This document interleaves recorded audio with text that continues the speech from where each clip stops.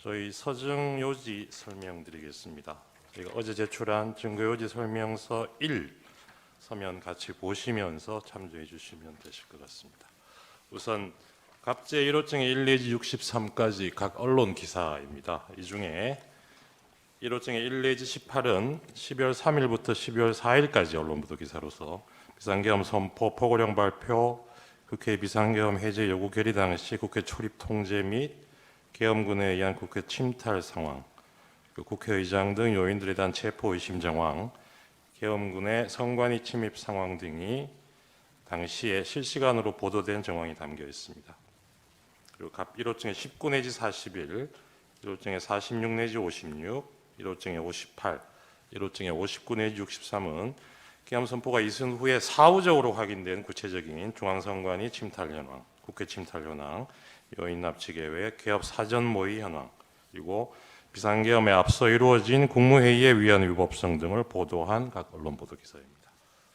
그리고 1호증의 42 내지 45는 12월 10일까지 언론 보도 기사인데 여기는 위헌 위법한 계엄 선포로 인해서 국가 경제 질서가 큰 타격을 입게 되었다는 그런 위기 상황에 대한 내용을 담고 있습니다. 갑 2호증은 계엄사령관 포고령입니다. 이 헌법과 계엄법에 따르더라도 비상계엄 선포할 경우에 넘을 수 없는 내용들이 있는데 이 포고령에는 그런 내용들이 포함되어 있다는 취지입니다. 그리고 갑 3호증의 1 내지 7호증이 각 국회 회의록입니다. 서중별로 글씨가 좀 작게 보이긴 합니다만 주요한 부분 요약해서 말씀드리겠습니다. 3호증의 1은 2024년 12월 11일자 419회 국회 본회의 회의록입니다. 이 본회의 당시 국무총리 한덕수는 비상계엄에 앞서 열린 회의가 절차적 실체적 흠결이 있어서 국무회의로 볼 수 없다는 점, 그리고 회의록이 작성된 적도 없고 국방부 장관이 국무회의에서 계엄 필요성을 건의하는 등의 절차도 전혀 이루어지지 않은 채 비상계엄이 선포되었다는 점을 확인해 주었습니다. 잠깐 회의록 해당 부분을 보시면 7쪽, 8쪽에 한덕수 총리가 비상계엄 선포 전에 이 국무회의라고도 부를 수 없는 그 모임에서 참석자 전원이 비상계엄 선포를 반대하였다는 점, 그리고 그 외에도 여러 절차적 실체적 흠결을 가지고 있다고 생각한다, 이런 취지로 발언한 사실이 확인이 됩니다. 다음 8쪽 넘어가도 될 것 같아요. 24쪽에서는 한덕수 총리가 다른 국무위원들과 함께 피청구인을 설득해서 계엄 선포를 막을 목적으로 피청구인이 아닌 자신이 국무위원들을 소집했다는 내용이 확인이 됩니다. 그리고 43쪽에는 이 당시에 계엄사령관에 대한 심의도 전혀 거치지 않았다는 의미 얘기하고 있습니다. 49쪽에는 결론적으로 이 비상계엄을 선포한 회의는 국무회의로 볼 수 없다고 생각한다, 이런 자신의 생각도 밝히고 있습니다. 61쪽입니다. 한덕수 총리는 국방부 장관이 국무회의 석상에서 계엄의 필요성을 정식으로 건의하지 않았고 정식 심의를 거치지도 않았으며 회의록도 작성된 바 없다고 밝히고 있습니다. 다음 갑 3호증의 2입니다. 12월 13일자 제319회 419회 국회 본회의 회의록입니다. 이날 한덕수 총리, 최상목 부총리, 선관위원장, 중앙선관위원장 노태학, 외교부 장관, 법무부 차관이 출석해서 계엄 당시 상황에 관한 발언을 했습니다.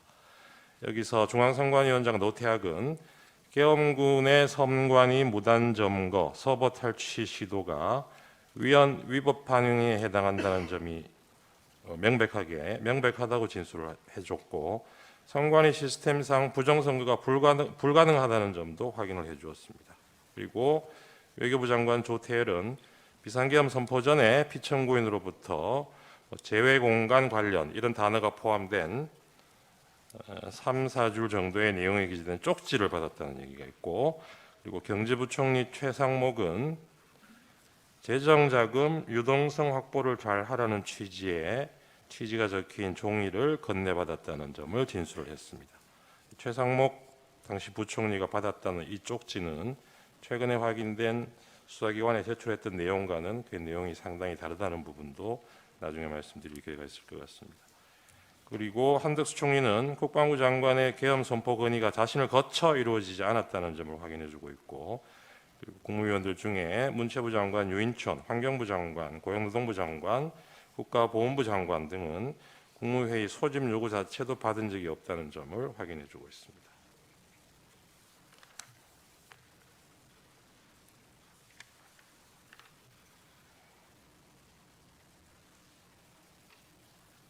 그 요약한 부분으로 가름을 하고, 이 부분은 사무증의 이의는 이걸로 가름을 하겠습니다.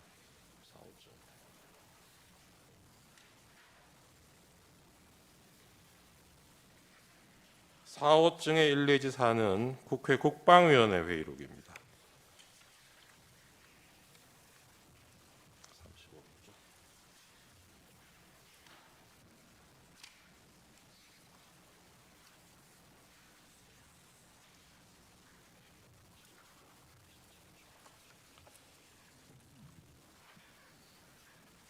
4호증의 1은 2024년 9월 2일자 국회 국방위원회 회의록인데요. 이날은 당시 국방부 장관 후보자였던 김영현에 대한 인사청문회가 열린 날입니다. 이 자리에서 김영현은 국민이 계엄을 용납하지 않고 군도 따르지 않을 것이다. 계엄 문제는 시대적으로 맞지 않다. 지금 이 상황에 계엄이 통하지 않을 것이다. 이러한 취지로 당시 이 계엄 의혹을 제기한 야당 의원들에 대한 질문에 대해서 이 비상계엄에 대해서 자신은 이렇게 생각한다는 인식 내용을 보여주었습니다.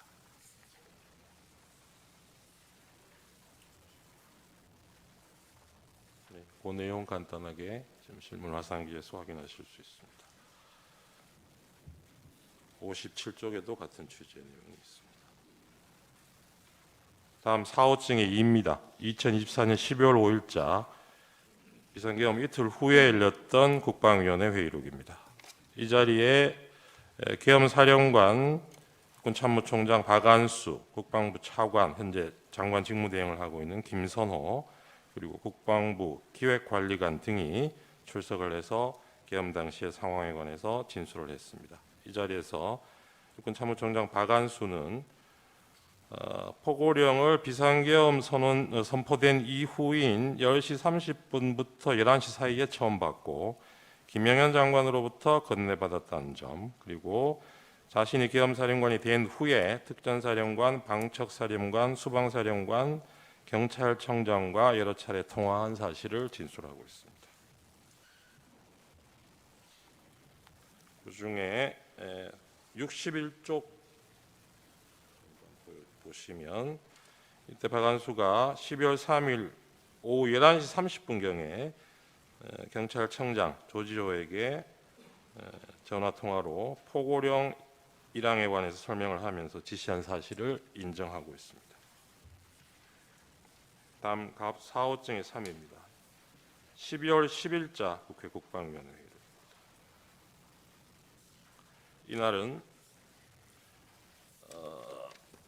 육군 특전사 707 특임단장 김현태, 그리고 수방사 1경비 단장, 정보사 문상호 사령관, 특전사 곽종근 사령관, 그리고 특수전사령부 1공수 여단장 이상현, 특전사 특수작전항공단장 김세운, 수방사 군사경찰단장 김창학 등이 진술해서 당시에 실제적으로 이루어졌던 계엄군들의 실제 내용, 활동 내용을 진술하였습니다. 그중에 주요한 부분을 보면 곽종근은 피청구인인 대통령이 12월 4일 비화폰을 이용해서 자신에게 국회에 투입 중인 707 특수임무단의 이동 상황을 물어본 사실, 그리고 날이 바뀌어서 12월 4일 00시 30분부터 40분경 사이에 자신에게 다시 전화를 해서 의결 정족수가 아직 안 채워진 것 같다. 빨리 문을 부수고 들어가서 안에 있는 인원들을 끄집어내라 라고 지시한 사실.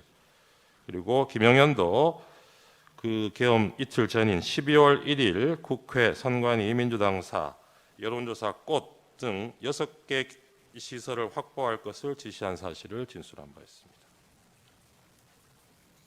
그리고 특전사 707 특임단장 김현태는 이 사령관인 곽종근이 이 계엄 선포 직후에 그날 밤에 20차례 이상 자신에게 전화를 해서 국회의원 150명을 넘어서는 안 된다고 말한 사실, 그리고 국회 건물 봉쇄를 지시받고 인원 포방용 케이블 타이를 지참하게 한 사실을 진술하고 있습니다. 그리고 1공수의 단장 이상현은 곽종근으로부터 상부로부터 문을 부수고 들어가서 국회의원들을 끄집어내라, 안 되면 전기라도 끊어라 라는 지시를 받았다면서 그 지시를 자신에게 하다라는 내용을 확인해 주고 있습니다. 그리고 국군 방첩사령부 수사단장 김대우는 그 사령관 여인영이 자신에게 지하 1층 벙커, 여기 지하 1층은 아마 수방사를 얘기하는 것 같습니다. 지하 1층 벙커 안에 구금 가능한 시설이 있는지 확인할 것을 지시한 사실. 그래서 여인영이 그 당시에 김영현 장관의 지시라고 밝히면서 장관이 불러준 정치인 등 14명의 명단을 자신에게 불러주고 정치인을 수방사로 이송할 것을 명한 사실을 확인해 주고 있습니다. 그리고 방첩사 군사기밀수사단 실장 노영훈 역시 여인영이 자신에게 이 비원 벙커가 구금 시설로 적당한지를 검토하라고 지시하였다는 사실을 확인해 주고 있습니다. 다음 육군 수방사 이진우는 2024년 12월 3일 24시 자정에 피청구인 그러니까 대통령이 자신에게 전화해서 국회 상황을 확인하였다고 진술하고 있습니다. 자세한 내용은 페이지별로 요약을 되어 있는 서면을 참조해 주시기 바랍니다. 11쪽에 저희 준비한 서면 11쪽에 122쪽 잠깐 보시면 육군 특전사 특수작전 항공단장 김세우는 비행 제한 구역에 대한 헬기 승인을 당시 수방사 합동 방공 작전 통저소로부터 받는다는 점을 확인해 주면서 이 수방사가 보류를 하는 바람에 비행이 늦어서 결과적으로 헬기가 국회에 지연 도착했다는 사실을 확인해 주고 있습니다.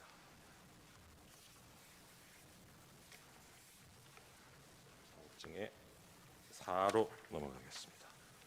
사호증의 4는 2024년 12월 11일자 419회 국회 국방위원회 회의록입니다. 여기 14쪽, 16쪽을 보시면 특전사령관 곽종근이 피청구인 그러니까 대통령이 계엄 관련 마지막 지시가 문을 깨부수고 들어가서 끌어내라 라는 것이었다는 점을 확인해 주고 있고, 그리고 국군 방첩사령부 법무실장 윤빈아는 이 선관위 압수수색에 대한 내용을 검토한 결과 포고령 발령 전의 행위를 이유로 압수 등 수사를 해서는 안 된다. 그리고 압수 절차 등을 하기 위해서는 최소한 범죄 혐의를 특정해서 정식적인 입건 그런 절차를 따라야 하는데 이런 절차를 거치지 않고 위법하게 증거를 수집하게 되면 나중에 처벌도 받을 수 있다. 이런 검토 결과를 보고한 내용을 확인해 주고 있습니다.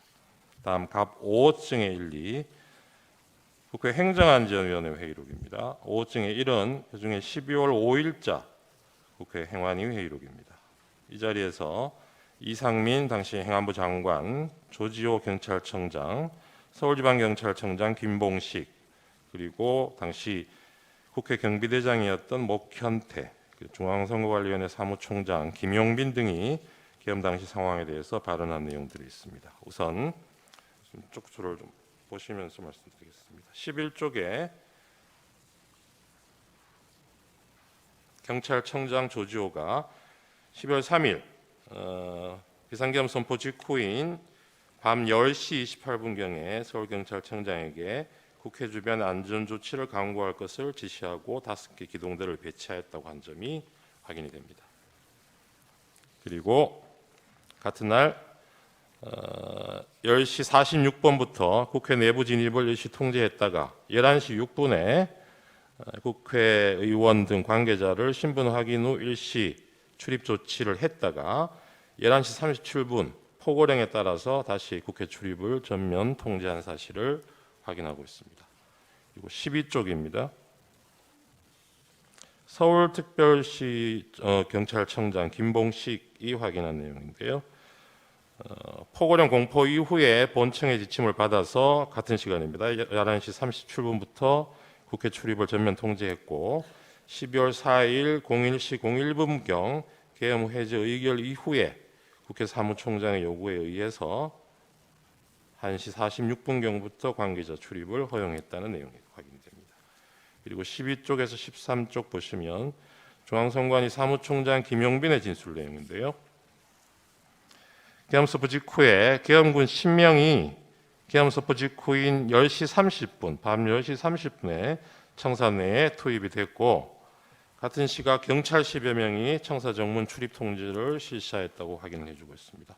그리고 경찰 90여 명이 11시 50분경에 추가로 투입돼서 청사 밖에 대기하고 있었고 계엄군 100여 명이 12월 4일 00시 30분 추가로 청사 내에 투입돼서 청사를 점거하는 상황이었다고 확인해주고 있습니다.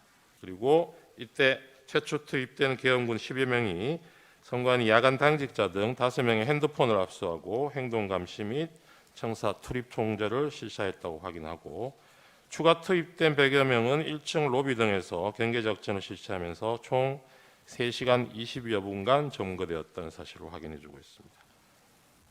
그리고 54쪽에 경찰총장 조지호의 진술 내용입니다. 계엄사령부로부터 주요 포스트인 선거관리위원회에 대한 적절한 조치가 있을 것이라는 요청을 받고 자신의 경력 배치를 지시를 했다는 내용을 확인해주고 있습니다.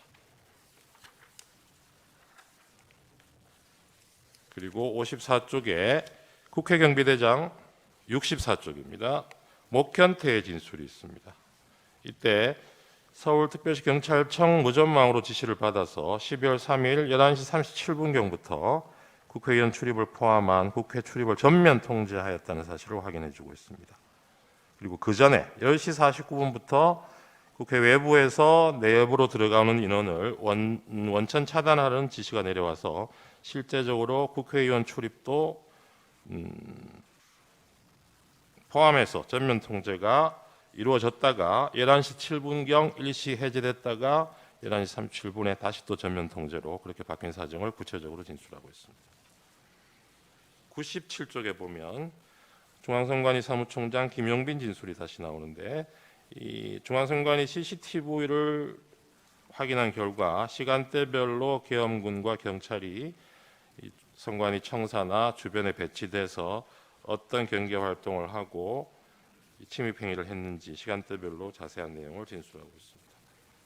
그리고 94쪽에 보시면 경찰청장 조지호가 당일 밤 11시 20분에서 30분 사이에 계엄사령관과 통화를 했고 그때 계엄사령관이 국회 통제를 요청했다고 한 사실을 인정하고 있습니다. 그 당시에 선거관리위원회에 대해서도 계엄사령관으로부터 통제 요청이 있었다는 사실을 확인해주고 있습니다. 141쪽, 149쪽 보시면 선관위 사무총장 김용분이 계엄군이 직원들과 핸드폰 압수한 내용 다시 한번 확인해주고 있습니다.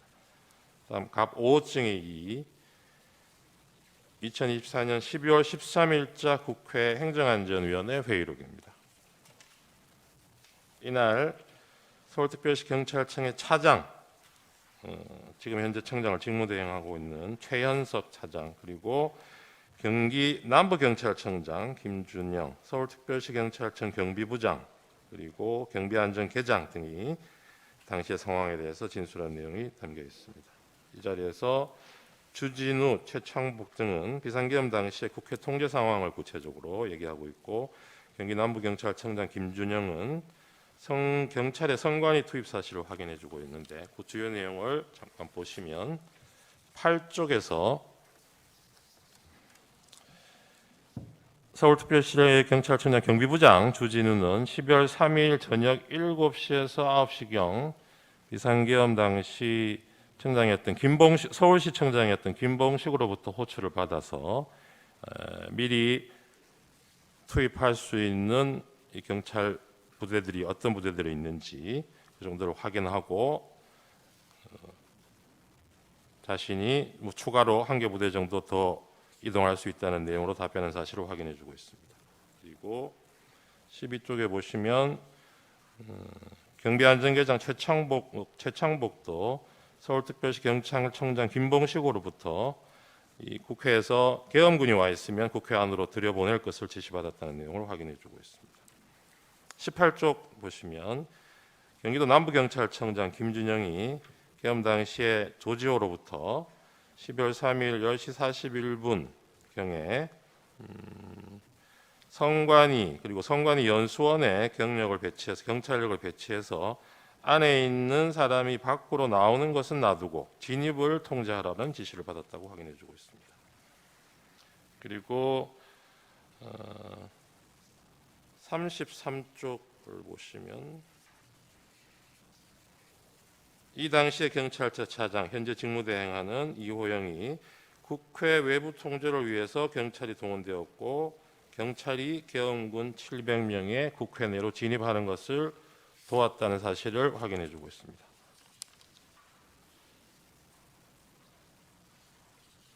48쪽에 최창복의 내용이 진술이 있습니다만은 앞에 나왔던 내용과 중복되는 것이어서 이 부분은 넘어가도록 하겠습니다. 그리고 갑제 6호층의 1, 2지 3은 국회 법제사법위원회 회의록입니다. 6호층의 1은 2024년 12월 6일자 제19차 법제사법위원회 회의록인데요. 여기서 법원행정처장이 계엄군사법원 설치를 위해서 법원 공무원 파견을 요청받은 내용을 확인해주고 있습니다. 그리고 갑 6호증의 2는 12월 9일자 제20차 국회 법사위 회의록입니다.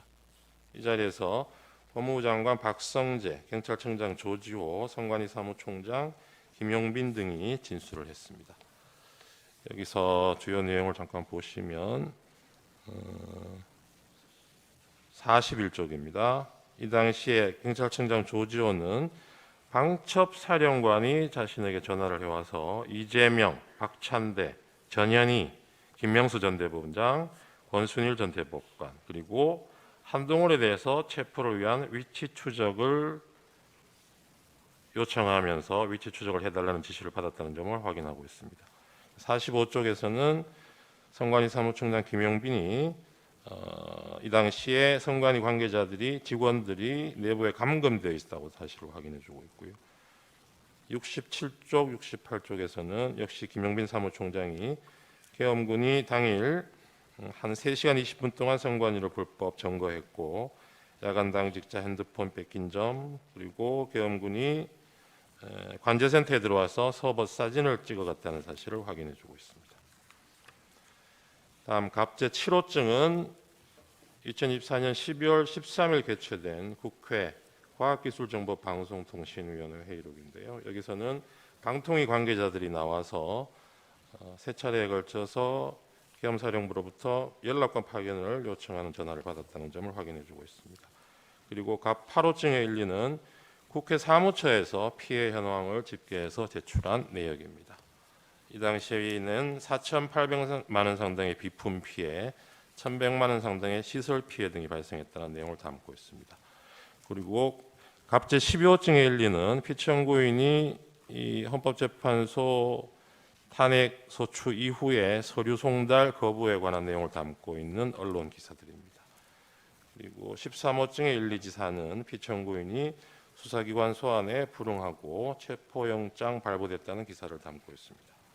그리고 14호증의 2는 12월 31일 체포영장 발부에 관해 피청구인이 입장을 밝힌 데 대해서 피청구인 대리인이 입장을 밝힌 데 대해서 그 배경을 설명하는 취지의 언론 기사입니다. 15호증의 1, 2는 검찰 비상계엄 특별수사본부에서 김용현, 여인형, 이진우를 기소하면서 수사한 결과를 요약해서 발표한 보도자료입니다. 그리고 17호증의 2 내지 4는 국회 사무처 입장 관련 기자회견면 그리고 사무처 제출한 자료들입니다. 이 17호증의 1로 저희가 제출했던 것이 국회 피해 상황 등을 담은 CCTV 영상인데 이 17호증의 2 내지 4는 이 영상과 관련해서 국회 사무총장이 그 내용을 설명하고 관련한 내용을 담고 있는 기사입니다. 그리고 17호증의 3도 국회 사무총장이 비상계엄 관련해서 수사 협조를 위해서 CCTV 영상을 수사기관에 제공했다는 내용 담고 있고요. 17호증의 4는 국회 사무처에서 이춘석 의원의 요구 자료로서 제출한 내용으로 역시 비품 피해 현황, 설비 피해 현황이 있고 인적 피해 현황도 아울러 있다는 내용을 담고 있습니다. 그리고 19호증의 1, 2, 3, 4는 비상계엄 이후에 금융 외환 시장의 변동성이 크게 확대되고 환율이 상승하고 불확실성 증가로 투자 심리 위축돼서 증시가 큰 폭으로 하락하고 있다는 계엄의 부정적인 영향을 다루고 있는 언론 기사들입니다. 그리고 갑 25증의 3 내지 5는 피청구인이 2025년 1월 1일 한남동 관저 앞에서 집회를 열고 있던 자신의 지지자들에게 전달한 새 인사와 관련해서 언론 기사 내용입니다. 그리고 갑 28호증은 2023년도에 새로 발간된 계엄 실무 편람입니다. 이 부분은 이 피청구인이 선포한 12월 3일 비상계엄이 계엄 실무 편람에서 정하고 있는 여러 절차적, 실체적 요건에도 전혀 부합하지 않는다는 것을 입증 취지로 하고 있습니다. 이상 서증 요지를 말씀드렸습니다.